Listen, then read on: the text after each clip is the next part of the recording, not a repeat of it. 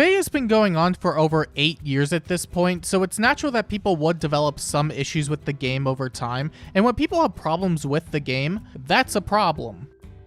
I think. You want to keep people happy and involved in the game, and what better way to do that than by improving the game, because that's how you improve the game, by improving it. Whoa, novel concept, right? But what can IS do to make the game more enjoyable? Well, I think these 10 things would go a long way for the active player base and might end up benefiting the game in the long run as well. Starting with step 1. Resources and rewards. I think the biggest appeal to a majority of people playing the game is being able to build up a favorite character of theirs. However, the amount of resources needed to invest into a single unit will vary drastically, going from manageable to as far as absurdly ridiculous. Giving out more rewards or lowering the cost to build up favorites would go a long way in keeping people more invested in the ecosystem you've built up for over 8 years at this point. However, that in and of itself might not be enough, since people like to use their favorites as well, which is why they should also address step 2. Move on to step 3. Step 3. Power creep. I think this is one of the most talked about things when it comes to Fae, and for good reason. You can't beat all the modern stuff with your favorites all the time, that's a problem. Not to mention, a lot of these units end up becoming omnipresent in most of the game modes, which makes them even more frustrating to deal with. So, I think in order to cut down on how much power creep is plaguing the game, they should lock every single banner to Fae Pass users. By locking every banner to a subscription service, there will be less of a chance the player runs into a new unit, since less people will be able to obtain them. And sure, that may affect you as well, but what's more frustrating between not getting a unit or skill you want versus fighting it?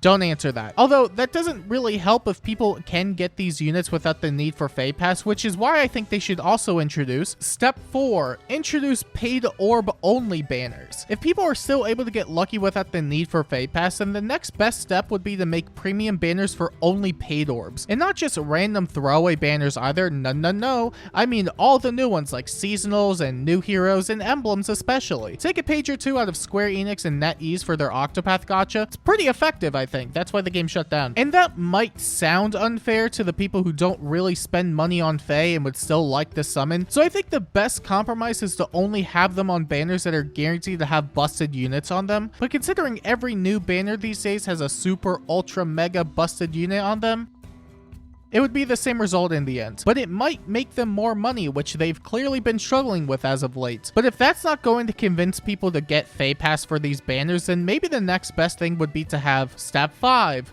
more Fae Pass benefits. If people don't want to spend on Fae Pass, then it's probably because it doesn't offer enough and not because they're smart with their money. Imagine if they made it so you can reliably get skills from Hall of Forms or specific units from Binding Worlds for $10 a month. They could always make these quality of life features, but that doesn't sell Fae Pass. In fact, they should probably take some of the standard quality of life features that everyone has access to currently and make them Fae Pass exclusive. Sure, it may piss off 100% of the player base, but that's $10 in their pocket.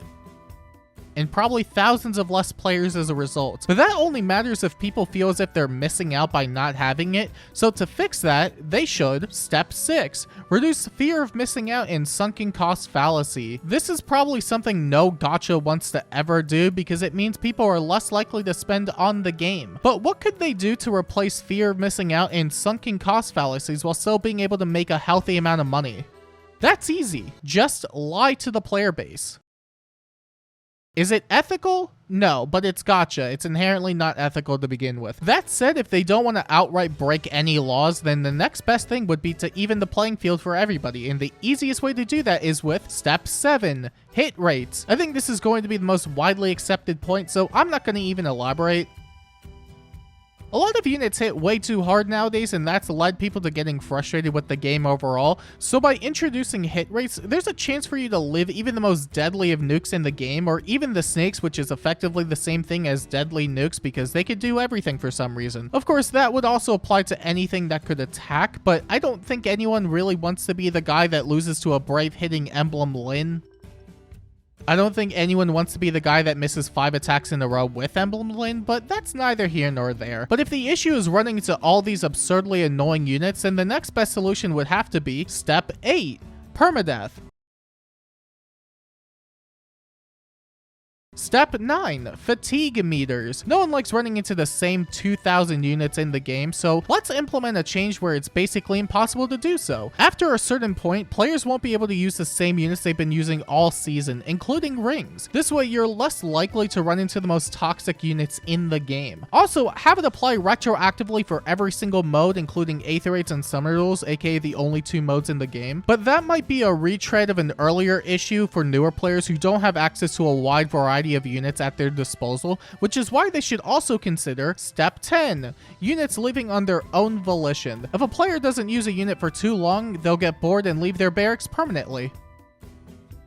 I think that's the best compromise. Step 11, durability. If you feel that the gap between players is access to fodder, then the next best thing to close the gap would be to implement a durability system on inheritable skills. If they implemented a system where skills had durability, then there's a good chance you won't always have to fight against the most obnoxious stuff in the game. Imagine if New Year's Neathhogger ended up using all her durability on higher ground in the middle of a map. Well, now you can reliably break through a team after, which I think is the best possible approach they can make for dealing with some unbeatable teams. It would also increase the value of rearms and attuned units, as you could continually get these skills back from them, and provided you had the merges for them. And that means more money for intelligence systems, which also means no increased budget or marketing towards their mainline games. But these are only the blanket fixes that may not cover the underlying issues with specific game modes, which is why I want to talk about modes such as Step 12, Aether raids. There have been complaints with how brain-dead Aether raids has become ever since the introduction of Safety Fence 2, and I do agree that the mode has gotten significantly easier as a result of the change, as well as Emblem Lin and the like. So in order to combat this, I believe the best thing IS can do is introduce a brand new light mode structure for Aether raid's defense. The idea is that so long as the structure is active,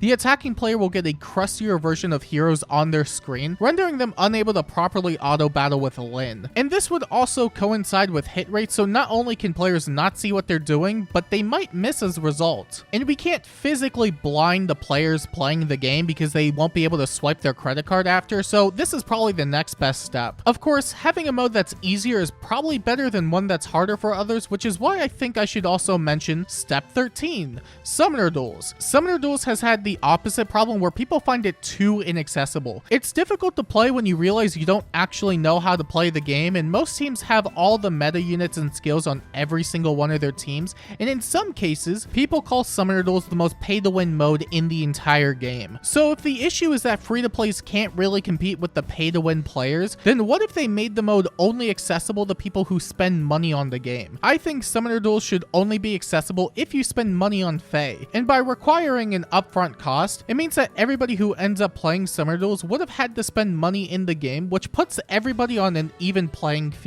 Then it truly becomes a matter of skill in the end. If everybody is pay to win, then nobody is pay to win.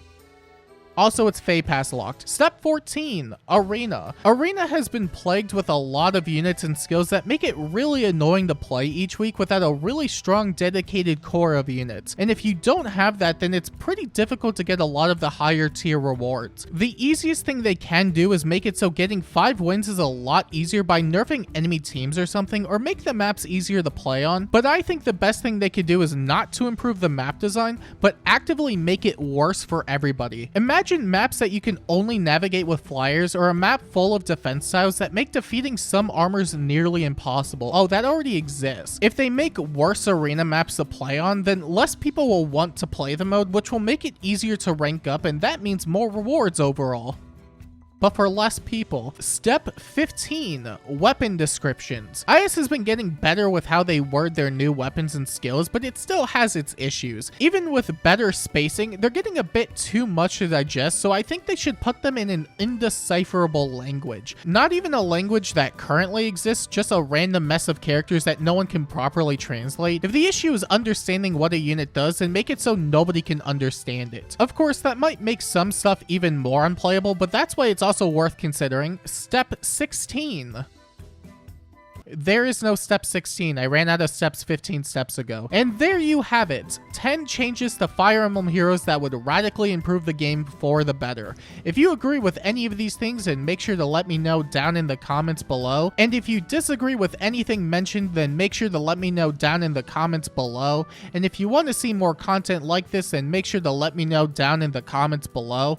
And until next time, I'll see you later down in the comments below.